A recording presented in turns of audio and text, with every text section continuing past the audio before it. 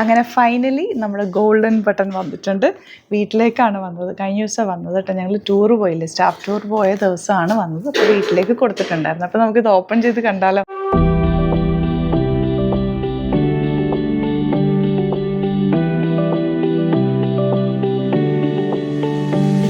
ഭയങ്കര സന്തോഷം. ഈ ഒരു ബട്ടൺ കിട്ടാൻ വേണ്ടിയിട്ട് നമ്മൾ കുറേ ട്രൈ ചെയ്ത് കുറേ വർക്ക് ചെയ്തിട്ടുണ്ട്. ഇതിനകത്തൊരു കാർഡ് വെച്ചിട്ടുണ്ട്.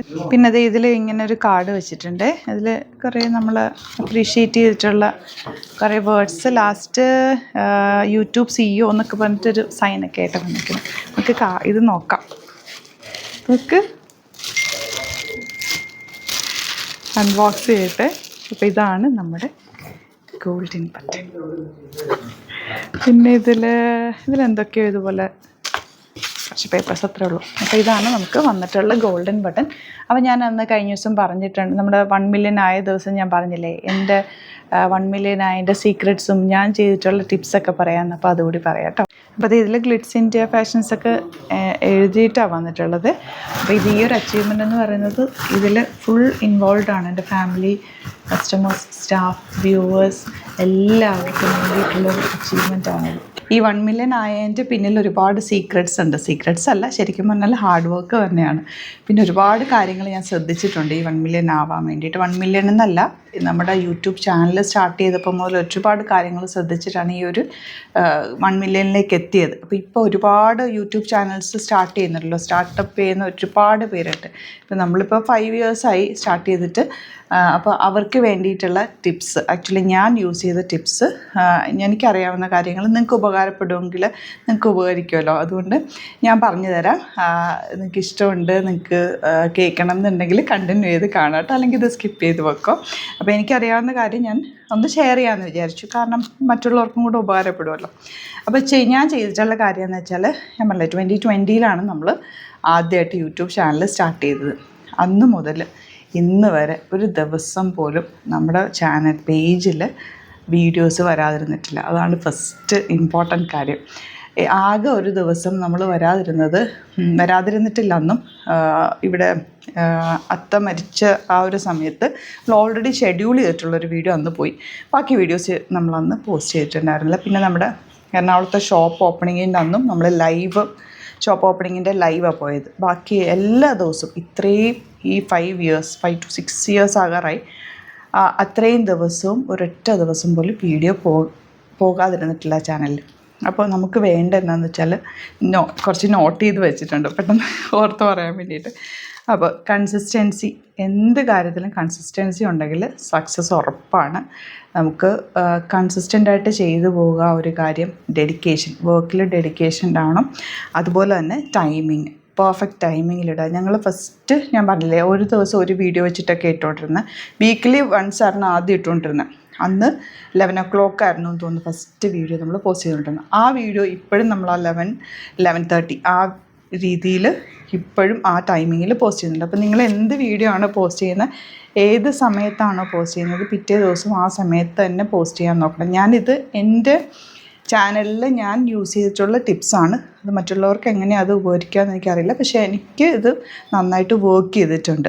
ഈ ടൈമിങ്ങിൽ ഇടണം എന്ന് പറയുന്നതിൻ്റെ കാര്യം എന്ന് വെച്ചാൽ, ചില സമയത്ത് നമ്മൾ ഷെഡ്യൂൾ ചെയ്ത് 11 o'clock ഷെഡ്യൂൾ ചെയ്താലും ചിലപ്പോൾ കുറച്ചങ്ങോട്ടും ലേറ്റ് ആവാറുണ്ട്. ഇങ്ങോട്ടല്ല, 11:30 അല്ലെങ്കിൽ 11:20 ഒക്കെ ആവാറുണ്ട്. അപ്പോൾ കസ്റ്റമർ 11 o'clock വീഡിയോ കണ്ടില്ല, നമുക്ക് കോൾ വരാറുണ്ട്, നിങ്ങളുടെ 11 o'clock വീഡിയോ കണ്ടില്ലല്ലോ എന്ന് പറഞ്ഞിട്ട്. അപ്പോൾ അതുപോലെ നോക്കിയിരിക്കുന്ന കസ്റ്റമേഴ്സ് ഉണ്ടാവും. ഇപ്പോൾ എന്നെ സംബന്ധിച്ച് എനിക്ക് കണ്ടൻറ് ക്രിയേഷന് വലിയ പാടില്ല, കാരണം നമ്മുടെ പ്രൊഡക്റ്റ് വീഡിയോ ആയതുകൊണ്ട്. നിങ്ങൾക്ക് കണ്ടൻറ്റ് ക്രിയേറ്റ് ചെയ്തെടുക്കേണ്ട ആൾക്കാരാകുമ്പോൾ അതിനനുസരിച്ച്, ഇപ്പോൾ നിങ്ങൾ വീക്കിലി ആണ് വൺസ് ഒരു വീഡിയോ ഇടുന്നതെന്ന് വെച്ചാൽ, നെക്സ്റ്റ് വീക്ക് ഏത് മൺഡേ ആണോ ഇട്ടെങ്കിൽ മൺഡേ ഇപ്പോൾ 10-നാണ് വീഡിയോ ഇടുന്നതെങ്കിൽ 10 o'clock തന്നെ വീഡിയോ ഇടുക. പിന്നെ കുറേ നാൾ കഴിയുമ്പോൾ നമുക്ക് മനസ്സിലാവും ഏത് സമയത്തെ വീഡിയോ ആണ്. അത് ആ ഗ്രാഫ് നമുക്ക് യൂട്യൂബിൽ നോക്കുമ്പോൾ അറിയാൻ പറ്റും ഏത് സമയത്തെ വീഡിയോ ആണ് കൂടുതൽ നമുക്ക് റീച്ച് ആയിട്ടുള്ളതെന്ന്. അങ്ങനെ വേണമെങ്കിൽ ടൈമിംഗ് നിങ്ങൾക്ക് അഡ്ജസ്റ്റ് ചെയ്തിട്ട് ആ ടൈമിങ്ങിലേക്ക് കൊണ്ടുവന്ന് പിന്നെ റെഗുലർ ആ ടൈമിങ്ങിലേക്ക് ഇട്ട് കൊടുത്താലും മതിയാവും കേട്ടോ. അപ്പോൾ അതൊരു കാര്യം, ടൈമിംഗ്. പിന്നെ കൺസിസ്റ്റൻസി. കുറച്ച് വീഡിയോ ഇട്ട് കഴിഞ്ഞിട്ട് ഇതൊന്നും ആവുന്നില്ല എന്ന് പറഞ്ഞിട്ട് കട്ട് ചെയ്ത് പോകരുത്. നമ്മൾ കൺസിസ്റ്റൻ്റായിട്ട് ഓരോ ചെയ്യുന്ന കാര്യം കറക്റ്റായിട്ട് ചെയ്തു പോവുക. റിസൾട്ട് വഴിയേ വരും. നമ്മൾ അപ്പോൾ റിസൾട്ട് കിട്ടുന്നു, പെട്ടെന്ന് ഒന്നിനും റിസൾട്ട് ഉണ്ടാവില്ല. കൺസിസ്റ്റൻ്റായിട്ട് സമാധാനത്തോടെ പേഷ്യൻസ് ഇതിന് ഏറ്റവും ഇമ്പോർട്ടൻ്റാണ്. പേഷ്യൻസ് വേണം, അതുപോലെ തന്നെ ടൈമിങ്, ഞാൻ പറഞ്ഞ കാര്യം. പിന്നെ നമ്മൾ ശരിക്കും പറഞ്ഞാൽ പെട്ടെന്ന് കയറിയത് യൂട്യൂബിൽ ആക്ച്വലി ഷോർട്സ് ഇൻട്രൊഡ്യൂസ് ചെയ്ത സമയത്ത് നമ്മൾ ഫസ്റ്റ് ആ ഷോർട്സ് ഇടാൻ തുടങ്ങിയായിരുന്നു. എനിക്കൊന്ന് എല്ലാവരും അത് ആ സമയത്ത് യൂസ് ചെയ്യുന്നുണ്ടായിരുന്നില്ല. അപ്പോൾ ഈ യൂട്യൂബൊക്കെ പുതിയ ഓരോ അപ്ഡേഷൻസ് വരുത്തുമ്പോൾ അത് യൂസ് ചെയ്യാൻ നോക്കുക.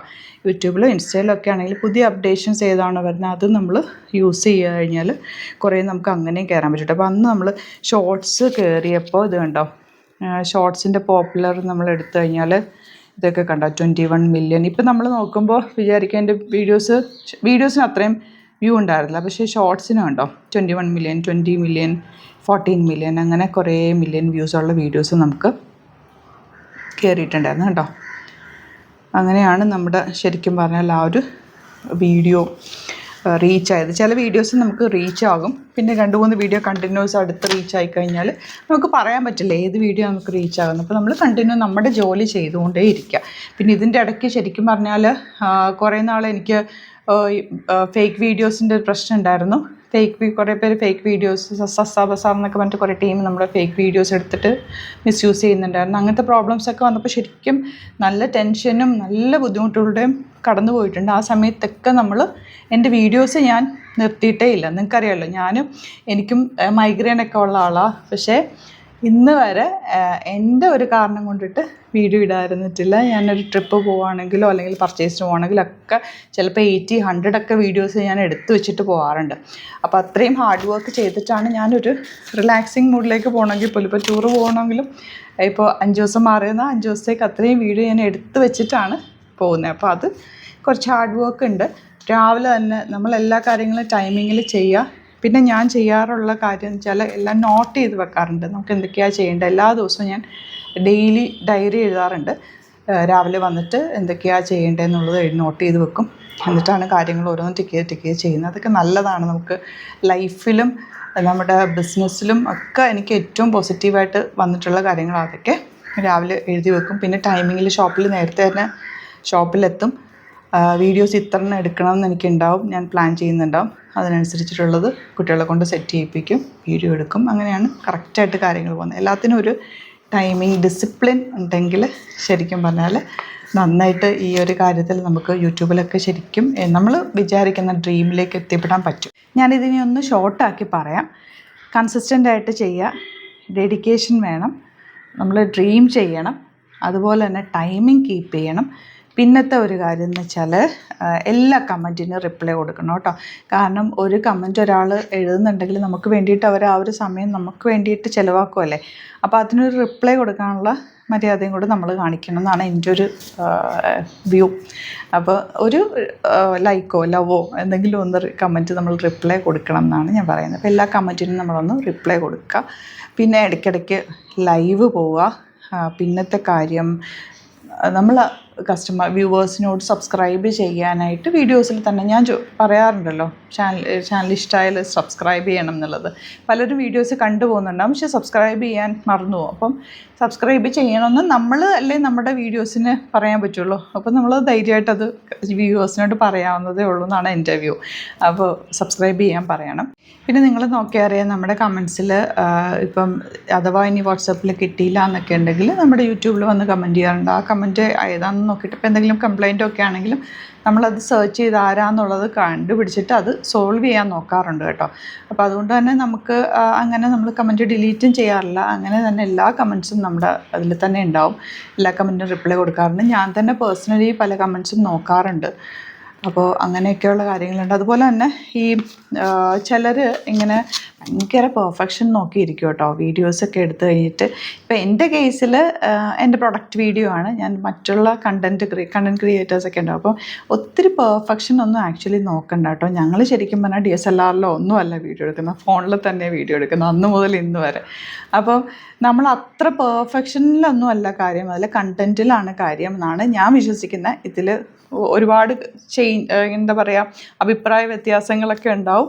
പക്ഷേ എൻ്റെ വ്യൂ ആണ് ഞാൻ പറയുന്നത്. അപ്പോൾ ഒരുപാട് പെർഫെക്ഷൻ നോക്കേണ്ട ആവശ്യമില്ല. നമ്മൾ ആ ടൈമിങ് ഇപ്പോൾ ഇടേണ്ടത് അല്ലാതെ നമ്മൾ കുറേ ദിവസം കഴിഞ്ഞിട്ട് കുറേ നാൾ കഴിഞ്ഞിടാം എന്ന് വിചാരിച്ചിട്ട് കാര്യമില്ല. ടൈമിങ്ങിൽ പോകുന്നതാണ് ഏറ്റവും ഇമ്പോർട്ടൻ്റ് ആയിട്ടുള്ള കാര്യം. അല്ലാതെ ഭയങ്കര പെർഫെക്ഷൻ വേണം, പക്ഷേ ആ ടൈമിലിടാം. ഇന്നിടേണ്ട സംഭവം നമ്മൾ ഒരാഴ്ച കഴിഞ്ഞിട്ട് പെർഫെക്റ്റ് ആക്കിയിട്ട് ഇടാം എന്ന് വിചാരിച്ച് വെച്ച് കഴിഞ്ഞാൽ ആ ടൈമിൽ ഇടേണ്ട സംഭവം ആ ടൈമിൽ തന്നെ ഇടണം. അതെല്ലാ കാര്യത്തിലും അങ്ങനെ തന്നെ ഇരിക്കും. ടൈമിങ് ഭയങ്കര ഇമ്പോർട്ടൻ്റ് ആയിട്ടുള്ളൊരു കാര്യമായിട്ടാണ് എനിക്ക് തോന്നിയിട്ടുള്ളത്. എൻ്റെ ലൈഫിൽ ഞാൻ ഏറ്റവും കീപ്പ് ചെയ്യുന്നൊരു സംഭവമാണ് ടൈമിങ് എന്നുള്ളത്. അപ്പോൾ ഞാനിന്ന് പറഞ്ഞ കാര്യങ്ങളിൽ എന്തെങ്കിലും പോയിൻറ്റ്സൊക്കെ നിങ്ങൾക്ക് യൂസ്ഫുൾ ആയിട്ടുണ്ടെന്ന് ഞാൻ വിശ്വസിക്കുന്നു കേട്ടോ. അപ്പോൾ ചുരുക്കി പറഞ്ഞാൽ, success is not luck, it's showing up every day with consistency and trusting the right timing. Keep going.